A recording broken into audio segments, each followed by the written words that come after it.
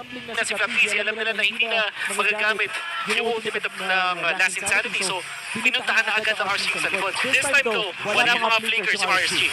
Seal, pinetra na. Nakarinig na yata dito ngayon, wala na pinag-harvest si Flappy. Parang gano'n tayo nakita natin. Nakita natin 22 at Chukusei. Doon sa may bandang likod. Flappy is down. Ang tumakas na yun. Super Mario pa rin. Pag-natural para magpapabilis pa.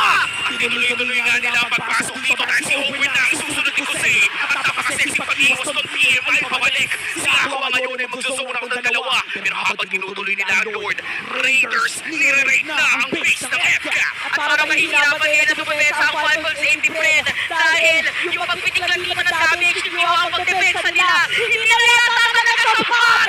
Pero wait lang muna. Konting baka pa.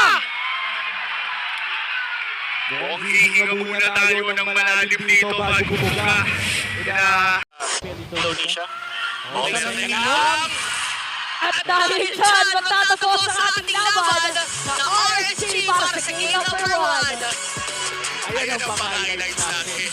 Game 1 secured para sa RSG Philippines as the Raiders celebrate ang kanilang unang panalo in this best of 5 series. Hindi ko pa